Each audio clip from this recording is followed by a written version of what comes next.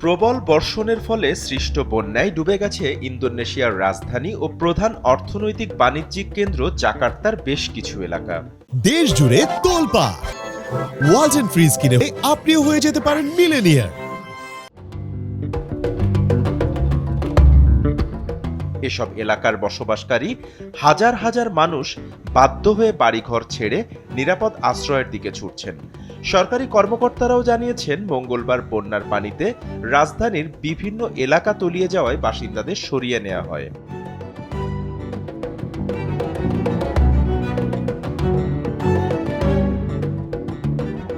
সোমবার থেকে রাজধানী জাকার্তা ও আশেপাশের অঞ্চলে মুষলধারে বৃষ্টিপাত চলছে। এর ফলে জাকার্তা ও তৎসংলগ্ন এলাকার বন্যার পানির স্তর ৩ মিটার উচ্চতায় পৌঁছেছে।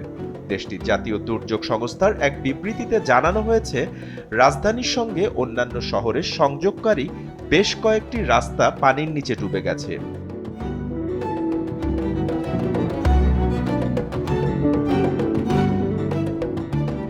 ফলে যান চলাচল বন্ধ হয়ে পড়েছে। এছাড়া ১,০০০-এরও বেশি বাড়িঘর প্লাবিত হয়েছে। বিভিন্ন এলাকায় বন্যার পানির স্রোতে গাড়ি ভেসে যেতে দেখা গেছে।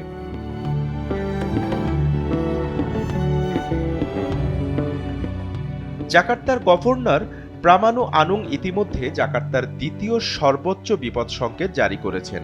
যেসব এলাকায় পানি জমে আছে, পাম্প মেশিনের মাধ্যমে সেসব অঞ্চল থেকে পানি অপসারণের নির্দেশও দিয়েছেন তিনি।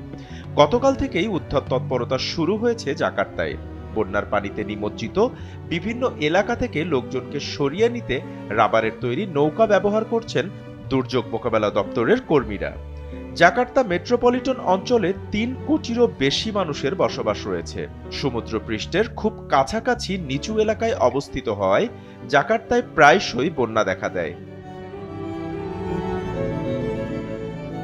বাপ্পি খান, এসএ টিভি ডিজিটাল।